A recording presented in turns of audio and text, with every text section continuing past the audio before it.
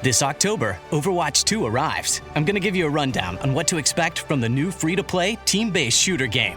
There are a ton of epic heroes to play, each with their own unique abilities, personalities, and roles. Charge into battle as a guerrilla scientist, take aim as a cybernetic super soldier, or heal up your team as a rollerblading DJ. No matter what mode you play, work together to get that dub. Overwatch 2, free-to-play October 4th.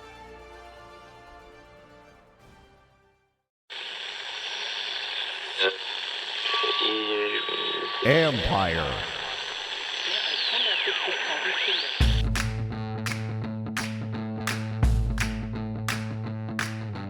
We're live. Hello and welcome to another edition of Therapy Tuesday. I am your host, Dr. J. If we're going to be doing therapy, Bram, I guess I have to be a doctor, so I'll go Dr. J. This is my colleague Bram Weinstein, the voice of the Washington Commanders, and we're going to talk you through this because there are questions you guys have, insight that you guys want, and so we'll get to some of your questions inside. We know some of the topics here. We'll get to all that. If you're watching on YouTube, do us a favor, hit that like button, subscribe to the John Keim Report wherever you get your podcasts, all that good stuff. Bram, let's get to it. On Monday, Washington coach, before I go to there, I just want a little bit of news for everybody tonight that Sam Cosmi had surgery on his right thumb. They're not sure how much time he's going to miss. Cornelius Lucas goes into right tackle. So on Sunday, they will have two of their original five starting linemen available for that game, but that's the NFL. Bram, on Monday, Ron Rivera was basically pleading for patience and time, asking for, kind of pointing out some reasons why he felt like people should be patient with them. What did you make of that? I think if the games were a little closer and it wasn't the way they were losing, I think I might, I think that message would probably resonate a little differently. It is hard to ask for patience in year 3. It is hard to ask for patience when you gave up the assets that you gave up to get the quarterback, made the financial commitment to the quarterback. And I would largely say that this is this is his roster now. Yeah. So, we can go through it. Like in the first 2 years, I think there were a lot of ready-made excuses that were valid for what the results were. Like the first year was the first year. COVID, he had cancer. There was a lot of quarterback issues that had to be dealt with. Everything was new. I think the roster was missing a lot of depth. They got lucky and won the division, but but I thought it was a good year. Good jumping off point. Second year, I don't blame him for the record as it was by the end of it because of COVID and injuries and all sorts of things. I'll hear him out on a lot of the on that. This year is different. Like they are supposed to take a jump. I don't think anybody looks at them. I don't and think like, oh, that's Super Bowl team. Right. But I do think that the way they're losing, they're having, stretches of time where they're inept on one side of the ball to this past week where I didn't really see that, but they beat themselves with their own mistakes. I think it's a tough message to try to sell right now, I think is the best way I would put it. It is. And I've been hearing a lot more the last couple of days of him saying we. And I think that's been very important. And it's like something that I felt has been very important really after the Detroit game, that this is everybody's problem. Like we can go through the litany of issues as to why we're here, but we're here.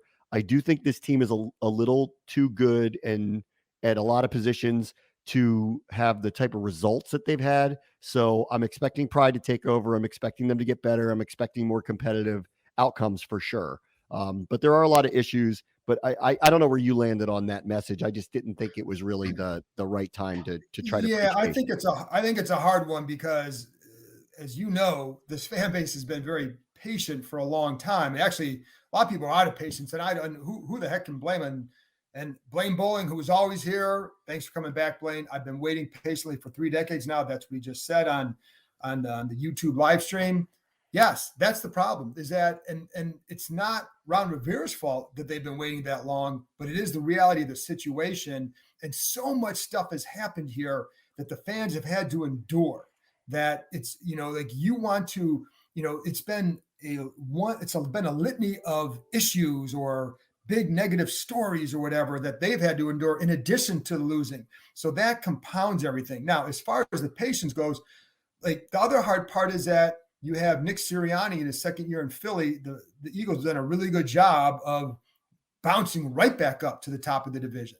The Cowboys lost their starting quarterback, and the Giants are 3-1. Now, I think the Giants have played a pretty nice schedule early, but they've still won 3 games. So that's part of the issue here is that, in this league, you only get patience for so long. But where I understand it is for example, with Carson Wentz in the offense.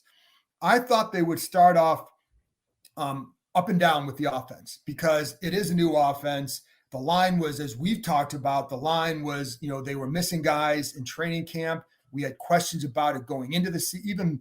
Even before those guys were missing, we would have, even if they had been here all summer, we'd have had questions about the line going into the season.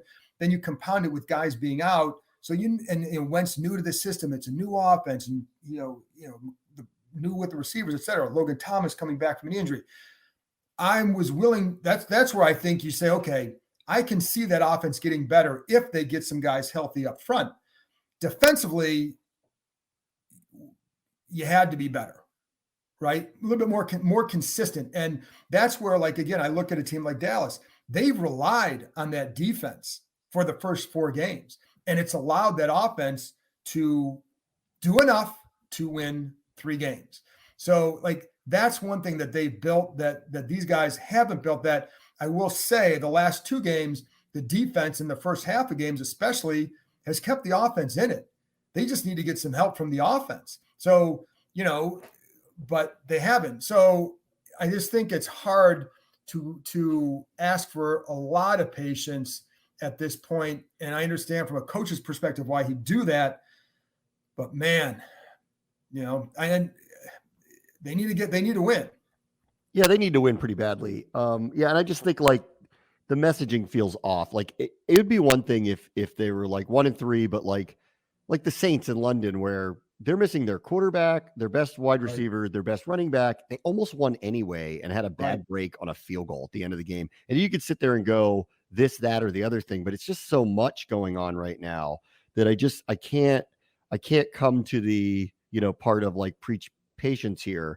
And the one line that I actually thought that I didn't really particularly resonate very well with me was essentially asking the media to, I think the line was, I'll have as much time as you'll give me.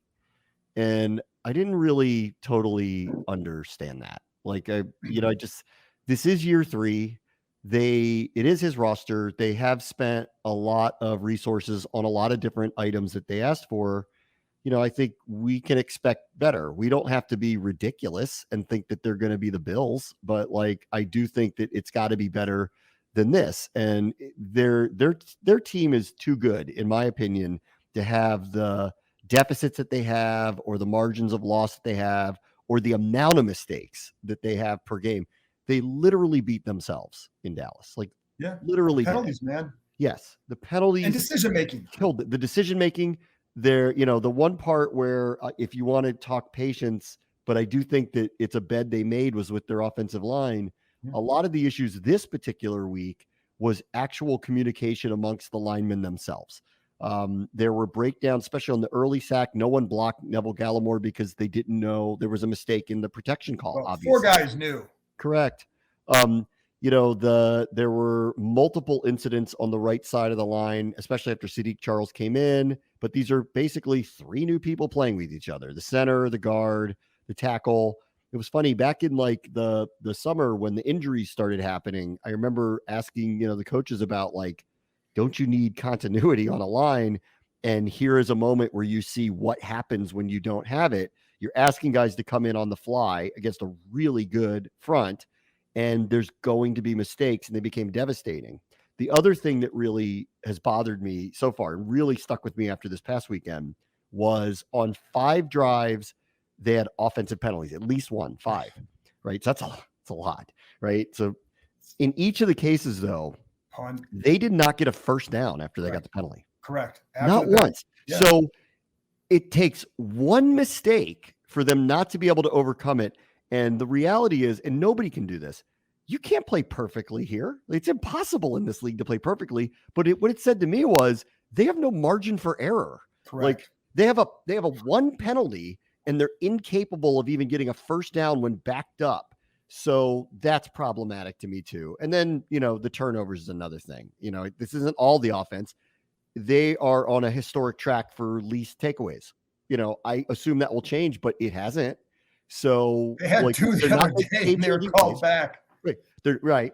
But the penalties were called for. I mean, they weren't bad calls. I mean, they were really the right calls timed for Washington for sure. Right. But unfortunately, and the second one was, man, I hated that one so much because God, Jamin Davis actually made a great play covering on a wide receiver. He got stuck on a wide receiver. The Cowboys saw it. Davis was with them stride for stride. Throw was short. St. Juice makes a great, or Curl, I can't remember who it was. Somebody comes over and makes a great play on the ball, goes out of bounds, and it gets called back on a penalty. So that was one where I was like, man, the defense should have been rewarded for what was a great play in a tough assignment, and unfortunately didn't go their way. But the reality is they didn't get any turnovers again. So they're not making any game-changing plays. 90 doesn't have a sack yet. And the offense makes a mistake or two, and they literally can't overcome it. It's just not a recipe for winning, even if things are getting better. And I would argue to you that, in a lot of ways, they actually got better again. Well, the run game was really good. And seeing Jonathan Williams run the ball like that, in addition to Gibson, and then you get Brian Robinson, who will be activated and practicing on Wednesday. Don't know yet if he's going to play, but there's definite optimism about his chances. I don't know, I don't know that the run game is going to be better than it was Sunday, but maybe you can get some consistency off that. The problem is that, so that's helped. And I think the defense has played better last 2 weeks. It's just that they give up these big plays and they don't cause, like you said, they don't cause the turnovers. I like how Davis has progressed. I know that a lot of people wondered about him on the CeeDee Lamb the first time that Lamb caught the ball for 20 some yards. Why is he on him? And sometimes, listen, it's a really good offensive scheme that gets him in that situation. What the coaches always want is in that situation. You saw him make the adjustment there, is the way he played his leverage. And that's one of the encouraging things about the D is the way Davis has progressed. And on that first one, he did play with the wrong leverage. If he plays with the right leverage and it makes Lamb go over the top, Efe Obada is about to hit Cooper Rush for a possible sack. So that's where playing the leverage helps. We saw that in the other one where it forces a bad throw. So that's an encouraging thing, but the big plays happen. The corners have not been good. That's not going to, they're not going to be able to put any corners in there, I think, that are better than what they have right now. That's going to be an offseason fix, or they have to hope that some of these young guys develop. St. Juice has had a nice season, but the start, Fuller and Jackson have got to play better. And will they? That's a tough one. So that's where the discouraging part comes in is some of the individual play. I think the line has been good. Now, Aaron Coleman says, how disheartening is it to once again be relegated to running the ball and hoping for breaks? I thought the point was to be better than by now. Well, yeah, but the thing is, you have to have an identity. And one of the things that I know Ron Rivera wants them to do is to run the ball better. And it's not about, you don't have to run the ball 50 times a game. You have to run it better and put yourself in better situations. And that's what they were doing on Sunday. And that's the thing that has to sting, because they were doing what the game plan suggested they should, and it was running the ball, and it didn't pay off. Now, some of the reason, Bram, it doesn't pay off, it goes back to me, some details of the game. In the play action game, for example, you don't just have to run the ball well to sell play action. You have to sell the play action. You have to come off the ball a certain way. You can't have tight ends sitting back in their stance and tipping off that they're going to pass set. And that's what you see sometimes too. Little details will make a difference, but it really comes down to some big plays. And I'm rambling here. It comes down to, you have to make some plays on defense. Montez Sweat has got to make some plays. And I think offensively, if you keep running the ball like that, and this week, Tennessee is not good defensively against the pass, maybe you get a chance to get some, healthy numbers again there. So you have a chance to break out or to do better offensively. They played two really, really good defenses. They need to get healthy this weekend. I want to go back to something that I felt watching Wentz coming into the season from last year. And part of this was the Colts offensive line was actually just as porous last year as this one has been, right? But my takeaway in watching him was the slow developing plays are just not his forte, like just in general, right? Yeah. They did one here where they did what looked to be kind of like a zone read or RPO type moment that totally was completely, yeah, it was bad. And it's just, it's not his thing and no one thinks he's running. So, you're not fooling anybody by doing that. And then all these, that was supposed to just be basic play action. Yes. Even basic play action, it almost develops a little too slowly for him to be effective in it. And that goes back to for me, just that was one of my concerns with him. I think I said early, they got to get the ball out of his hands fast.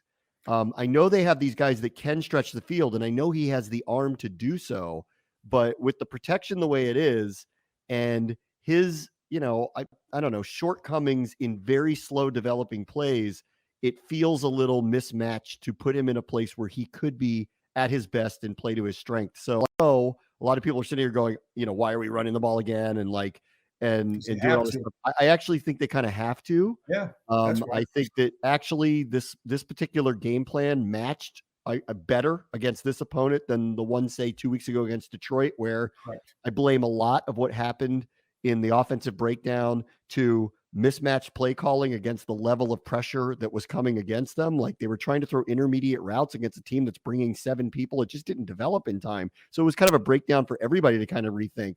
This week, I looked at Dallas and I said, you could hit them on the edges. Like they're actually light up front. This is a better run blocking unit. We know what kind of pressure they can bring. We know what kind of disruptive force Parsons is. Their corners, I don't know whether they can cover or not, frankly. They don't have to. Like they get to the quarterback so fast that they just tee off of people. And so run it at them. Run it at 11. Run it at 90. Run it on the edges. And Washington actually this past weekend did a lot of that. I actually felt this was the best game plan that came through. The reality was, though, and maybe some of this was the changes on the offensive line, but the penalties and the miscommunications up front stunted a lot of drives. When they did get into 3rd and long, you see what their shortcomings are on slow developing plays. They're almost incapable of really running them effectively consistently right now. That could change with moving a pocket or moving, I think there's a lot of things they could try to do here.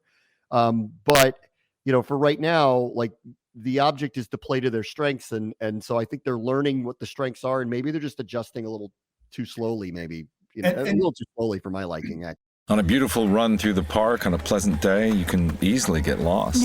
No. She didn't kill him. Huh?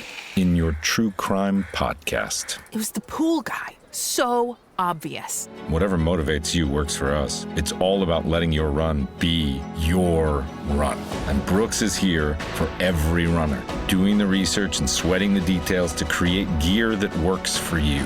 It's your run. Brooks, run happy. Attention shoppers, all new Dietz and Watson snacks are available in the deli section. There's Dietz Nuts Meat Nuts, protein-packed sausage bites, and Dietz Chips, pickles you eat like chips. Fresh, crunchy, no added brine. And Dietz and Dats, cheese, meat, crackers, and a treat. Yo, I told you can't be back here. The door was unlocked. People need to know! Dietz and Watson, meat, cheese, snacks, since 1939. Hey everyone, have you ever bet on sports with your buddies, and do you like competing against your friends and not the book? Think about all the juice that gets lost during the football season. Betting $11, win $10. BroThrow lets you bet in all 50 states because BroThrow isn't the house. Bettors have a fair shot at winning here. Only sports betting platform that doesn't take a cut out of every bet. And you don't even have to deposit money into a BroThrow account. No deposits, no minimum bets, don't need to connect your bank account. Bettors pay each other directly, hassle-free sign-up. It's a process that lets you get into the action in seconds. Right now, BroThrow is only accepting people through a specific link. If you want to bet with us, our link is brothrow.com/Keim, Keim. Bet without fees, no minimum bets. If you bet $10, you win $10. That's brothrow.com/Keim. You can find us on there, play some bets, have some fun. Yeah, and what I didn't like last week is that I understand, like, they certainly were highly, highly aware of that pass rush and wanting to get the ball out. Justin Check just said, "Do you ever try moving pocket on rollouts, etc.?" They've done that sometimes. Not every quarterback is comfortable with that, for one. And two, when you move the pocket that much, you're cutting down the field. So, like, coaches don't want to, if you're just giving half a field to read, it's a lot easier to cover on that side too. So you'll see some of the bootleg action. That's essentially what it is. And they'll do that on occasion. The hard part, again, with that is that you've got to sell the run because the backside defenders are not playing for any sort of run action, right? And like on one, Bates didn't get to the. I think he was supposed to just kind of chip on the tackle coming down, so he wasn't able to do that, and that led to a pressure. I don't know if that was the Parsons one, but so you see some of that going on. Some of the moving pocket, but it gets harder to do that often. You can do it some, but the play action has to be sold better. And it's just not. You don't see teams getting fooled all that often or sucked up, because of I just don't like these slow developing plays with him in general. I don't think it's a strength, and I think you would have seen that on film last year watching him. And therefore it goes back to listen, he's no perfect quarterback, but I think you need to put him in a position to succeed. And it's double-edged sword here because the protection has been wonky at best, leaky at worst, and devastatingly bad at times. So there's a lot going on here. I still do feel like there were moments where I saw when Sadiq Charles came in, he was very physical, especially in the run. I thought that was pretty good. There were mistakes, obviously, but he was.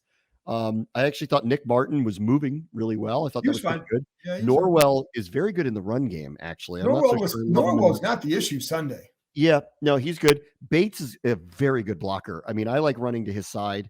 I thought Logan Thomas didn't have the greatest game, honestly. Nope, he did not help as a blocker. No, and he missed a couple of bad ones. There was one particular one on a screen that was set up very well that he missed the block on Donovan Wilson. Otherwise, that might have been sprung. Yes. So there's these little moments, that happen. He even said it after the game. He missed a lot of assignments. So there's a lot there. There's a lot to work on.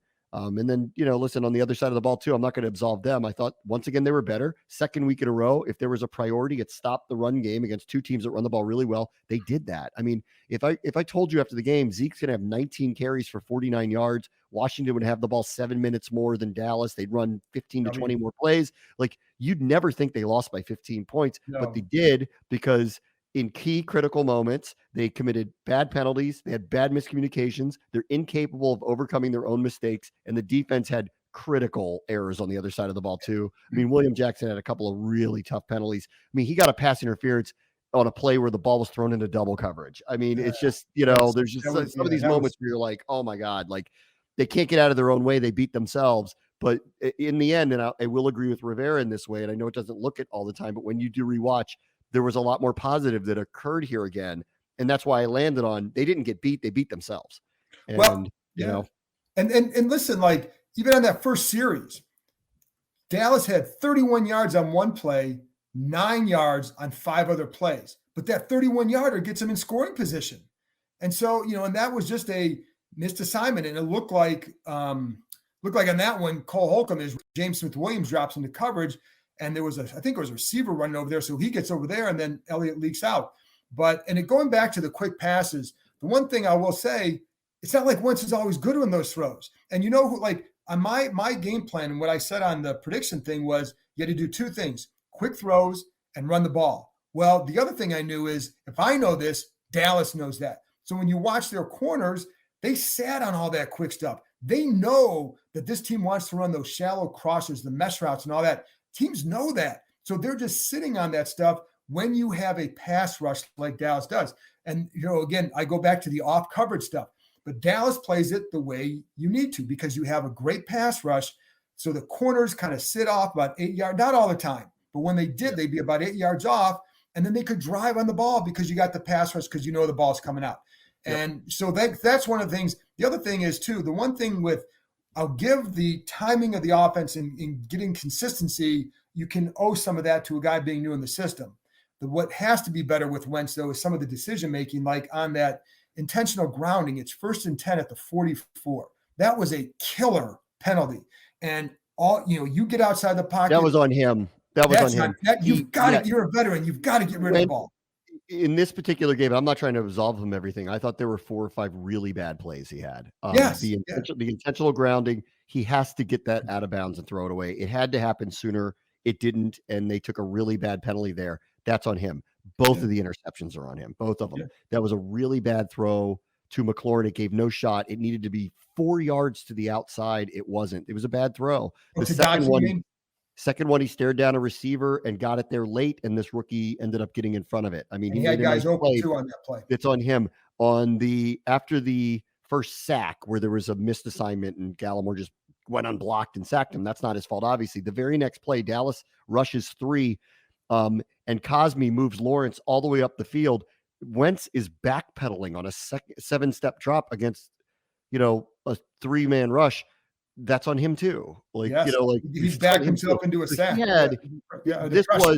I've defended him a lot through the first few games. I thought a lot of things, he was taking a lot of blame that he didn't deserve. In this particular game, he had some moments that were dicey at best. They were and this is what you'd call the Wentz experience. And there were, it's funny, Bram, too, because if you remember that throw he had to Curtis Samuel in the end zone in the 2nd and 9 in the red zone, they're down 22-10. It's midway through the 4th quarter. You get a touchdown there. You stop him again, you got the ball back, you got a chance to win. So it's 2nd and 9 at the 10-yard line, and he throws that little corner to Curtis Samuel. Well, on that play, you have Logan Thomas coming inside a slant and McLaurin coming in on a slant. I don't know if McLaurin's in on that read, but certainly Thomas is. You're getting 5-6 yards in that play, and it's there right now. And you have 3rd down and 3. He tries a tougher throw to Samuel, and it's incomplete. Next play is a sack. Then it's 4th and 15, and of course they don't score. But then when I went back and looked at the first touchdown to Jahan Dotson, it was like that he dropped a dime in there onto him. And it was a similar type situation where you have McLaurin and Thomas running a shallow cross. And you could have hit one of those 2 guys and they get a first down. It's 3rd and 3. He goes for the end zone, gets a touchdown. So it's like you live by it and you die by it. I didn't like the second one because he's throwing off his back foot and he actually kind of jumped. But the throw was actually pretty good. It's just that he didn't have the room. And the smarter throw would have been underneath. And it's one of those, the first one, it could be like he didn't complete it. And I think the smarter throw would have been going underneath. But, the thought process also led to the first touchdown. So, and what I think we need to know, Bram, is it with these last couple of games, is this how Wentz is going to be? Or that first game in the second half of Detroit? Is that going to be, are we going to get back? Are we going to see that again? I think this goes back to this is everything. This is everything. And that's why I don't like when he gets I'll point out what I thought were bad plays that he made. And I think some of them were really bad. I mean, there were 2 bad picks in this game. And the intentional grounding is totally on him. The first one, the second one, I actually thought was a bad call. He's got to get inside the pocket. Yeah, but he was backpedaling under duress and threw it over. Yeah, he threw it over. They had to get outside the pocket on that one. Yeah, I mean, I guess, but give me a break. That was a little much. I mean, I'm not blaming the refereeing for losing here. I will say it was one-sided. There were a number of times Montez Sweat got held really bad on one play. It didn't get. I thought McLaurin. There should have been a pass interference on the McLaurin. Even on the one on the last ditch kind of touchdown play, he got hooked by Trayvon Diggs. They did not call that. Considering what they had called on Washington, it just felt one-sided. I'm not blaming the refereeing for losing, but I am saying it was one-sided. To be fair to Washington, it was one-sided. And maybe you and I disagree on that second intentional grounding. I thought that was a terrible call at that juncture of the game. He threw it in the vicinity of Logan Thomas. Give me a break. Come on. He was about 10 yards over his head. Okay. I'm not sure. Okay. Well, in the first half, Cooper Rush did the same thing that you could have said the exact same thing about, where he just dumped the ball off in front of nobody and they didn't say a word about it. So I'm just saying it was a one-sided game. They called these illegal contacts on Washington. They didn't call Diggs hooking McLaurin multiple times, and especially in the red zone. They didn't call intentional grounding on Rush, but they called it twice on Wentz. Once I thought was warranted. The second one I still think is arguable. I don't know. Sweat was held multiple times, and one time terribly held on a play where Rush is running back in his end zone. He gets hooked. They don't even call a hold on it. I mean, the officiating was really bad, but I still don't think it's the reason why they lost. I'm not trying to absolve them of it. Good team. To go back to Wentz, I did not think this was a great game for him. No. I don't think it's just him, and I just don't think he should take all the blame. I think there's a lot going on here. Yeah. And I'm hoping this offensive line thing, which doesn't sound like it's going to calm down, needs to very badly, because when you don't have that cohesion, you have the types of errors that occurred here that led to a sack, that led to false starts, that led to late snaps, that led to all sorts of things that blew up drives on them. Even if you have a good line coach, which they do, and he does a really good job of inserting guys into practices and training camp to get guys used to working with one another. He's really good on quizzing guys on assignments in classroom settings, and big time. Like, guys have to study before they go in that room because they will be quizzed on their assignments. That all helps. But when you're putting a bunch together, then they have to get used to working together like that. And it's not like, that's not the easiest thing. And so we know that. And, you know, let's see what Chris Hunter I didn't see what he said. Sorry, Chris. I was going to mention it. I'm getting a couple people here agreeing with me. I want to reiterate, and that's I'm fine. not blaming the refs for them losing, but I will tell you, this was some calls, especially in rewatching. This was a remarkably one-sided call. There were some calls that were questionable, and my thing always is, good teams win games, bad teams end up blaming officials, and so I haven't heard anybody it's one thing to point out they were bad calls. It's another thing to say that's the reason they lost. And I didn't hear anybody in there saying that. John Allen said it was one-sided, and it's like, well, yeah, but he said, but they got to play better, and so he's right. So let me ask. There's a couple of things on Twitter. There's a couple of things on Twitter that I wanted to get to. So A.A. Eckert wants to know. He said, has anyone asked to Ron Rivera, why should the fan base believe here after 4 games in year 3 that you and your coaches are the guys to turn this around? So for A.A. Eckert, and I can answer that, well, it's going to be easy what they're going to say. Like, you look at Ron Rivera's history, and his teams have always traditionally played better in the second half, and that was the case in year 1 here, and it was the case last year up until the COVID and the injuries hit. And that's not, so I think from my standpoint, I think that's a question at the end of the year. If they don't have a better year, why should year 4 happen? But I don't know. You have a take on that, Bram? I'm nowhere near anybody who's writing here too. Bench Wentz you're being utterly ridiculous. And on Rivera's job security, they're 1-3. It's October 4th. This is not the time to have this conversation at all. And I'm going to give the man the benefit of the doubt that he's going to do what he's done the last couple of years. This team is going to get better. I think we can all see that they have warts and vulnerabilities, and some of which you mentioned earlier, I think the ship has sailed on fixing corner. I think the ship has sailed on fixing guard for this year. So there's a couple of things they're going to have to really think about and deal with in the offseason. Hopefully this thing will steady. Hopefully they'll be more competitive. Hopefully they'll start winning some games. I do think they have an opportunity this weekend and then a short week against Chicago to kind of change the narrative a little bit, get a win or 2 maybe. Then all of a sudden we'll see how we feel about everything. But I'm nowhere near anything like that with him. I'm not ready for that type of change. It's early for that. It's way too early for me to even really think about it. I know a lot of people have asked and they haven't looked good. If this continues for 6-7 weeks, obviously it's going to come up, but I just don't think it will, frankly. So I'm trusting that they're going to get better. Listen, it's not the time. And just mainly because while the fans might be that unbelievably frustrated, I don't blame you. But from my standpoint, again, the last 2 years, they've had bad records early and they recovered. And so the key will be, do you recover again? And I think that kind of question gets asked. And because if I ask that question now, then the answer is going to be simple, because the last couple of years they've done this and this. And his history in Carolina was in the second half of the season, they did this, this, and this. So that's what they're going to point to. The question will be here is, if that doesn't happen, then what? Shopify presents cool sheets from AHA to I suffered from the wrong kind of hot in bed, heat-induced insomnia. That was my aha moment. Bed sheets that keep you cool. Then I thought, how do I even sell bed sheets? That's when I had the idea that made it all possible, signing up on Shopify. This is Possibility, powered by Shopify. Sign up for a free trial at shopify.com/offer22. Shopify.com/offer22.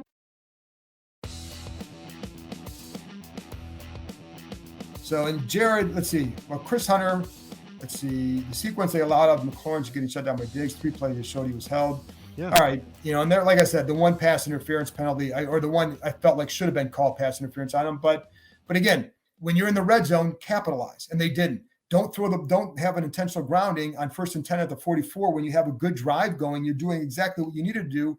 It's okay to throw it away in that case, and that's what's more mind-boggling to me. Let's see, Bram or John. I just don't want to see the coaches scoffing at the media. Not a good look. I would agree. You got to win. Just win. I don't control anything. I don't control. I would just say this. I would say this back to them, and I think you had brought it up, or someone brought it up earlier, like in the comments.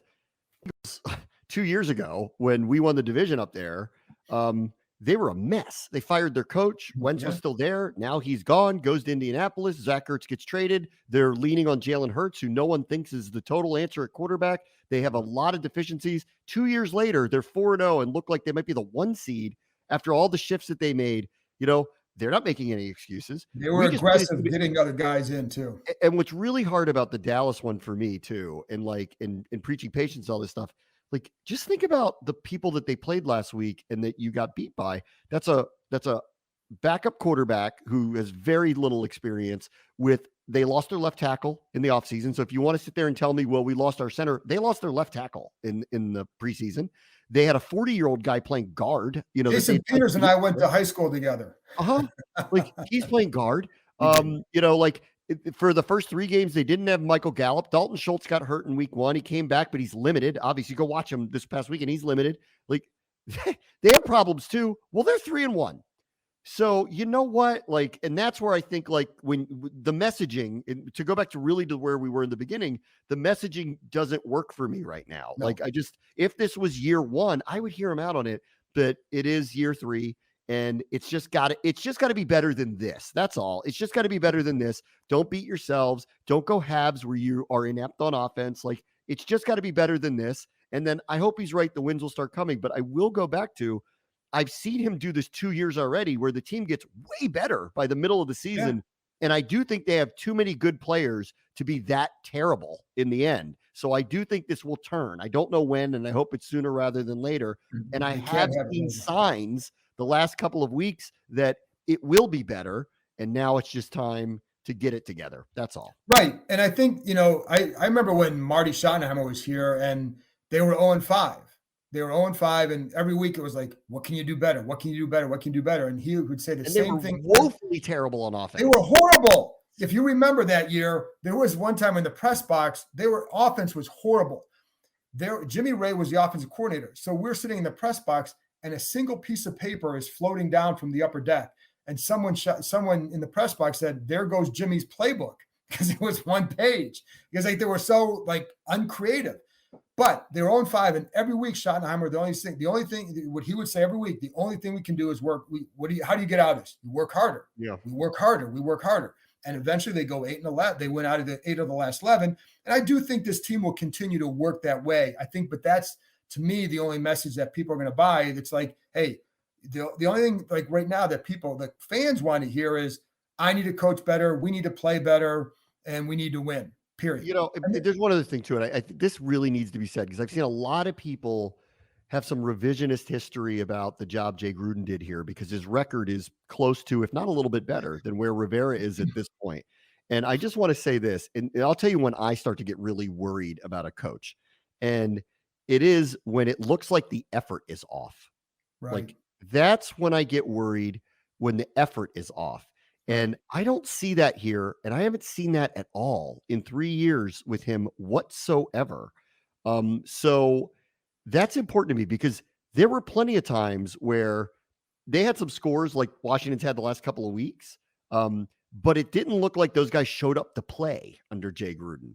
And I got really concerned. Like that's where you go, these guys are even, and I don't know whether it's play for him or play for somebody else or whatever, like those kind of old mantras, but you know it when you see it. And I haven't seen that yet here. These guys play really hard. They need to get their you-know-what together so that they can give themselves a chance to win. But I don't see effort as a problem. And it's why I'm standing next to Rivera and saying, I'm going to give this guy a chance to fix this thing. These things don't get fixed. Well, we're going to have to talk about this, and later in the season. but I'm at this point not even going there because I see how hard they're playing for them, and I'm hoping it's going to turn around. Yeah, and to that point about Jay in his last year, I talked to an agent for a guy who joined the team early in that year. And what he said is that his client told him, I've never been around a team that had so little lack of urgency from the players to the coaches. And so that was Gruden's last year. They kind of knew what was going to go on, but you don't hear that now, and you don't see that now when you're out there. There's a gleam, Steve Moody. There you go. But but they got to win. Like, that's the only thing that's going to get them out of this is if you want people to give you time, you've got to win some of these games. If you go out and win a game 14-13 and it's ugly, nobody cares. You just have to win. And that's what will give you the time. And that's why, like, right now at 1-3, again, we've seen this before.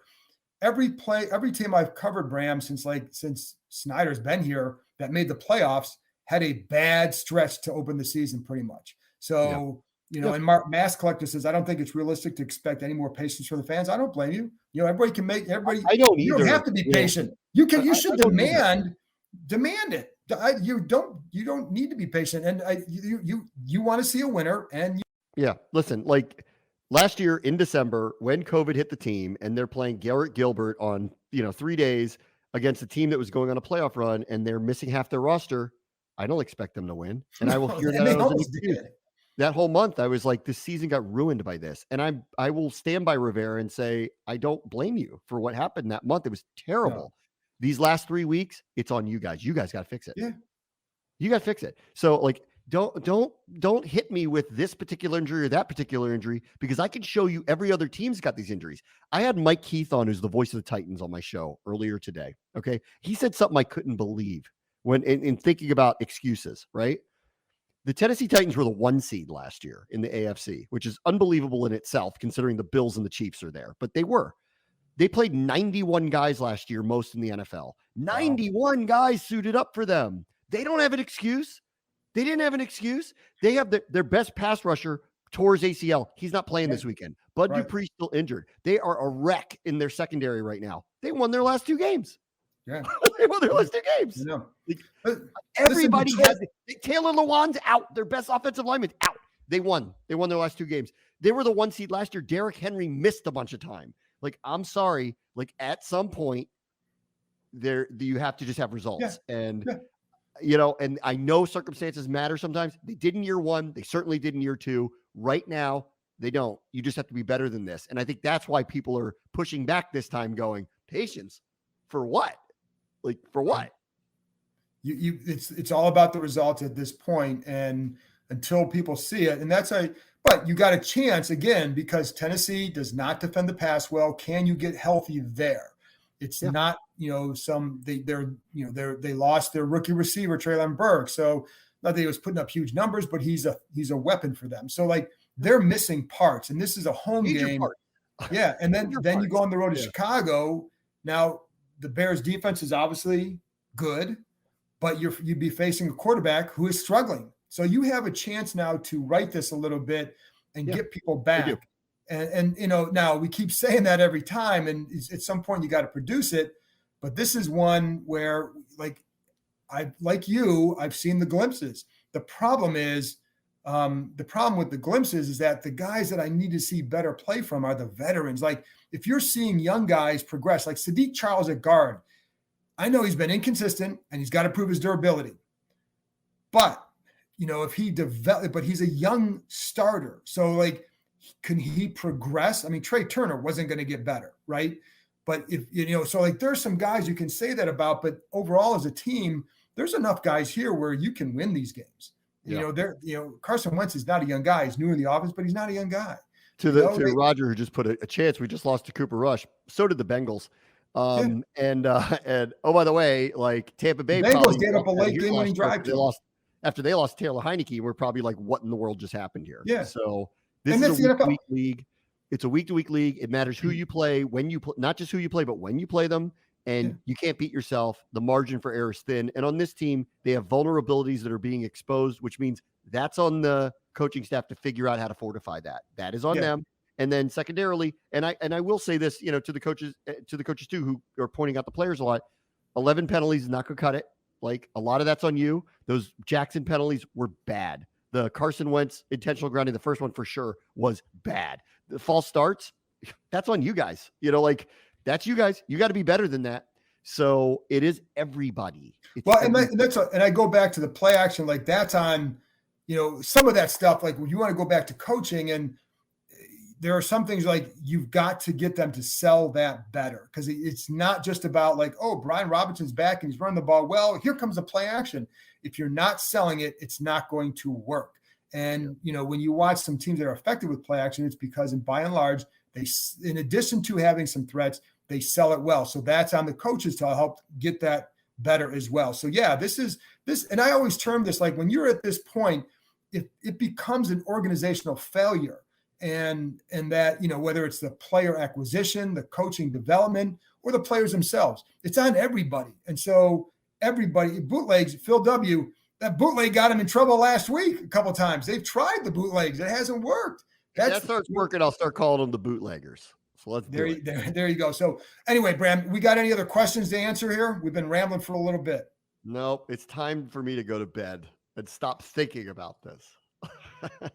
And James McCord says, currently no margin for error, coaches or players. James, you are right. We will end on that one. Thank you very much for everybody Thank you very much to everybody for tuning in. Thanks to Bram for always hopping on here. And it's always a good discussion here. I hope you guys enjoyed it. I will be back on Thursday with Santana Moss talking about the Commanders, going over the pass game, the receivers, all that good stuff. I will talk to you next time.